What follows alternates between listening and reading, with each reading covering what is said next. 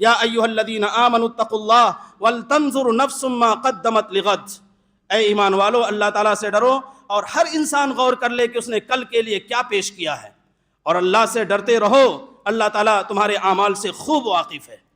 تو یہ اللہ رب العزت نے ہمیں یہ موقع دیا ہے، ہمیں یہ لمحات دیے ہیں، ہمیں یہ زندگی عطا فرمائی ہے، اور اس زندگی کے بارے میں جیسا کہا گیا یہ آخرت کی کھیتی ہے۔ اس زندگی میں ہم جیسا کام کریں گے اسی قدر اس کا نتیجہ ہمارے لیے اس زندگی میں بھی اور اخروی زندگی میں ہمارے لیے ظاہر ہوگا۔ تو ضروری ہے کہ ہم اپنے اعمال کا جائزہ لیتے رہیں۔ قرآن کریم کے سورہ فاطر میں اللہ تعالیٰ نے ہماری توجہ اس طرح بھی مبذول فرمائی ہے اور کہا ہے کہ ہم پوچھیں گے قیامت کے دن کہ ہم نے تم کو عمر دی تھی، تم نے اس عمر کے اندر اپنے آپ کو اچھے بننے کے انتظامات کیوں نہیں کیے؟ اولم نعمرکم ما یتذکر فیہ من تذکر وجاءکم النذیر، کیا ہم نے تم کو عمر نہیں دی تھی؟ کیا ہم نے تم کو جوانی نہیں دی تھی؟ کیا ہم نے تم کو مال نہیں دیا تھا؟ کیا ہم نے تم کو اسباب نہیں دیے تھے؟ کیا ہم نے تم کو علم نہیں دیا تھا؟ یہ تمام چیزیں ہم نے تمہارے لیے فراہم کی تھیں، لیکن تم نے اپنے آپ کو اچھا کیوں نہیں بنایا؟ اس وقت انسان کہے گا لو کننا نسمع او نعقل ما کننا فی اصحاب السعیر، اے کاش اگر ہم سمجھتے اور ہم سنتے اور ہم عقل و خرد سے کام لیتے تو ہم جہنمیوں میں نہ ہوتے۔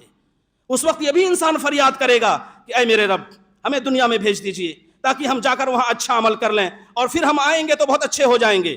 اللہ تعالیٰ سخت انداز میں ہے کہ کلا انہا کلمۃ ہوا قائلھا، یہ سب باتیں ہیں، یہ باتیں بنا رہے ہو، جاؤ گے دنیا میں تو پھر تمہاری وہی کیفیت ہوگی۔